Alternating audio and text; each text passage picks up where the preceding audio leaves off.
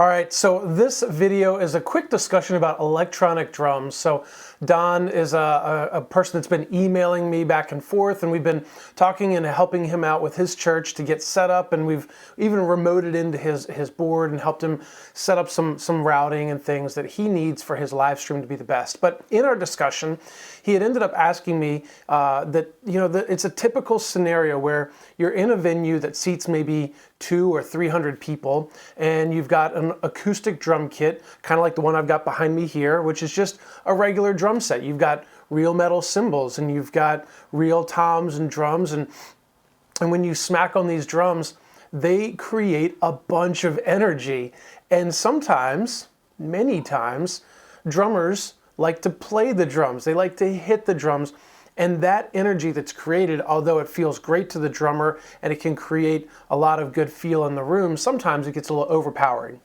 You know, let's just be honest. We're talking typically on this channel about being a sound technician, and it is hard. You have to mix all of your vocals just to get over top of those drums, because the drums have a certain level, and if the drummer doesn't have as much control as you'd like, that level only stops here. And so if your vocals are here, you're using your entire PA to get the vocals to at or above the drums, and then you've got to mix the band in there, and then how loud is that room?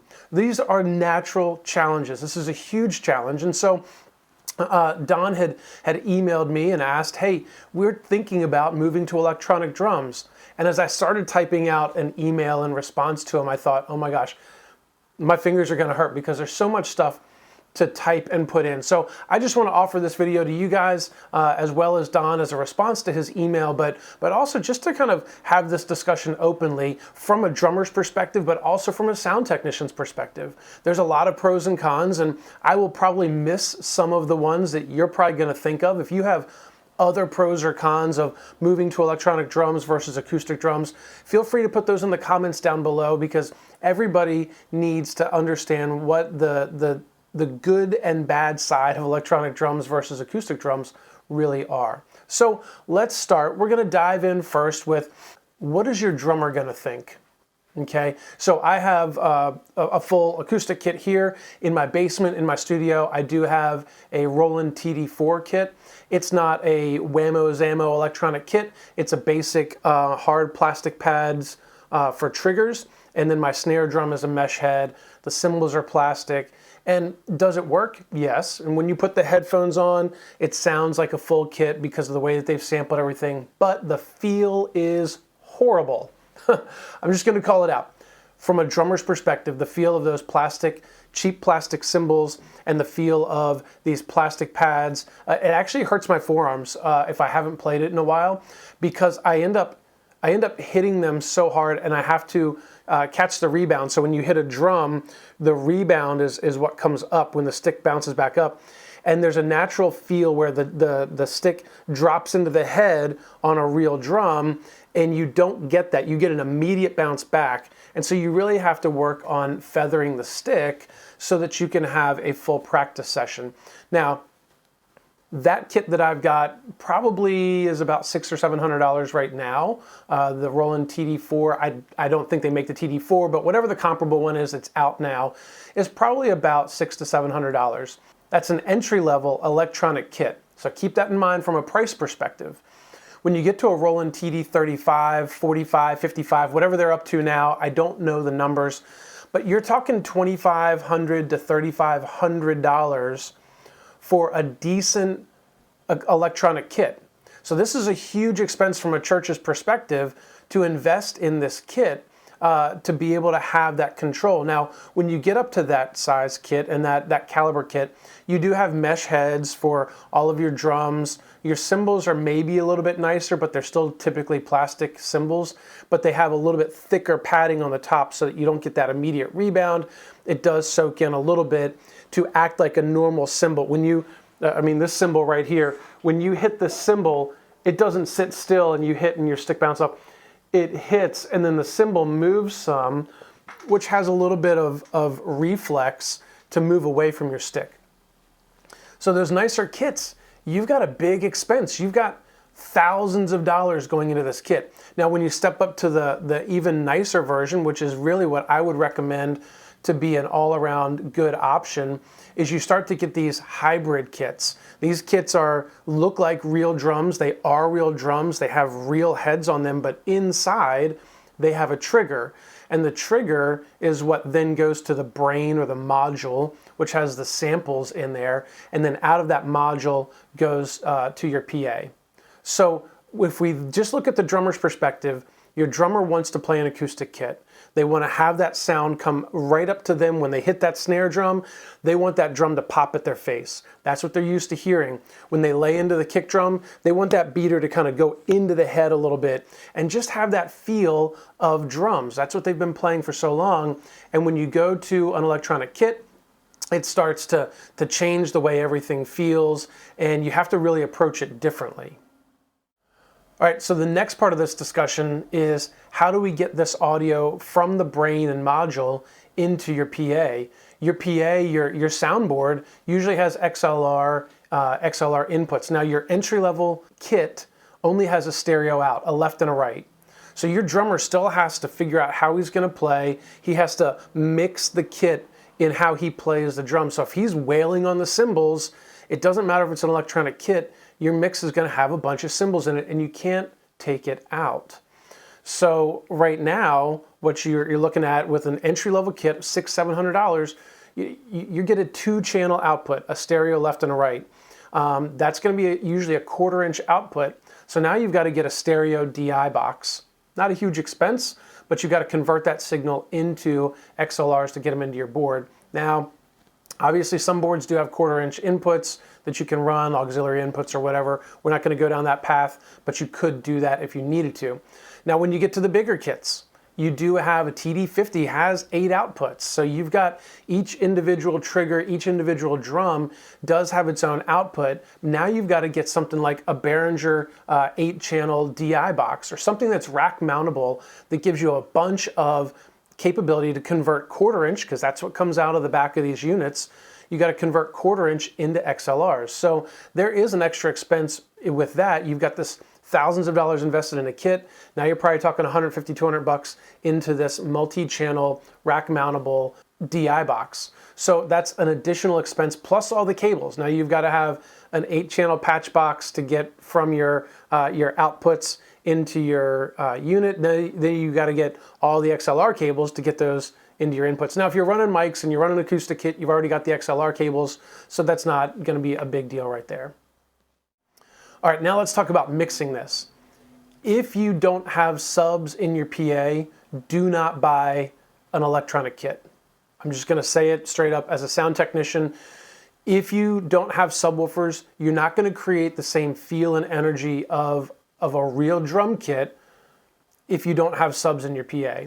I recommend everybody puts a sub in their PA, which then makes it a viable option. But if you don't have a subwoofer in your PA, please, please, please do not go to an electronic kit. It's going to sound like a toy. You're going to spend hundreds of dollars, maybe even thousands of dollars, and it's going to sound like a toy, and you're not going to be happy, and the people that donated money and invested are not going to be happy either. So we want to get something, you want to make sure that your PA is ready to receive an electronic kit, and then it comes down to you, the sound technician, to make it sound good. You have to make these drums sound good. Do not over compress them. They already have compressors built in based on the samples and the type of drums that they are.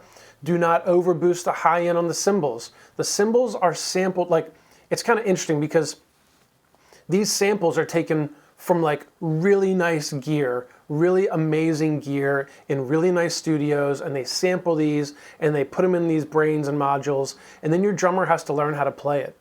That's still a challenge. That drummer can't just sit down an electric kit and just expect to play it well. It just feels different. So we want to give them the preparation that they can. Got to make it available for them to practice. It's going to be on site. Obviously, I doubt they're toting that kit home to practice at home, but you want to make it available to practice. But now you got to mix it. So don't be scared to add that kick drum in, add the low end in. Please don't do the EQ curve where everybody takes the top end of the EQ and rolls it off because they just want the boomy part. You're never going to hear that drum. You're never going to hear that drum in your mix if you don't have top end in your kick. It's a free tip, even if it's acoustic kit. So you've got to work to make this kit sound nice and full. Now here's the other thing that you're going to run into, and I've played really nice kit. I've been in all venues and played electronic kits in bigger venues of 2,000 seat auditoriums. I've also played in 200-person rooms on electronic kit. And here's the other thing you got to think about. All those pads, if you've got anything that's less than $2,000 of a kit, those pads are going to make a whack noise. When you hit it with a stick, it's going to go whack, whack, whack, whack, whack. And it's going to sound like a practice pad. And you can't get rid of that in the first 3 rows from the stage. So here's a big challenge. You've got to have the PA loud enough that you subdue or overcompensate for that sound of the sticks hitting these fake pads, these plastic pads.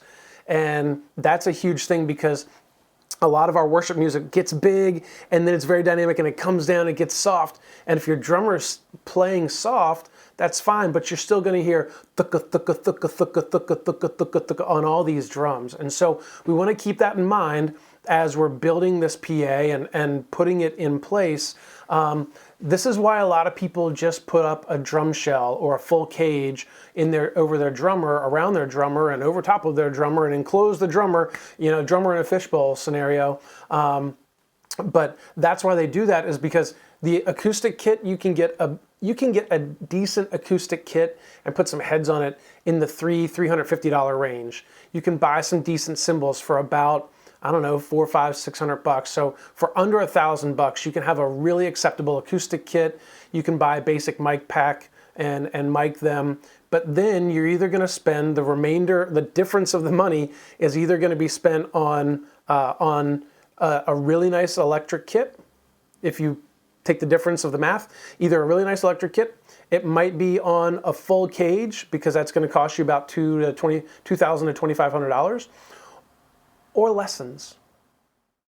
So I did hear at a sound technician conference one time, they said instead of spending $2,500 on a tool, why not invest that $2,500 in your drummer with some lessons and teach them how to have finesse and approach playing worship music as a worship leader. And what I mean by that is drummers like to bang on things in time, but worship leaders like to craft a service. And when I approach drums, I am a worship leader also, multi-instrumentalist. So I approach drums as I want to support the service and support the band. And I have a crucial element to play in how the service feels. And if I just wail on the drums and just smack them,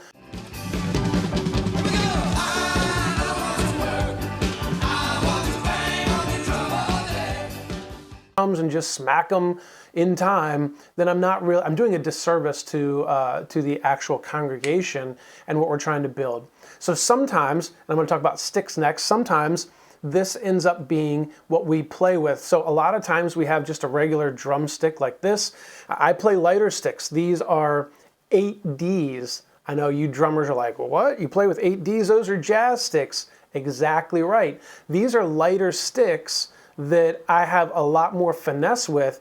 I can still hit the side of a cymbal and make that cymbal sing, but if I hit it with the tip, I've got a lot more control.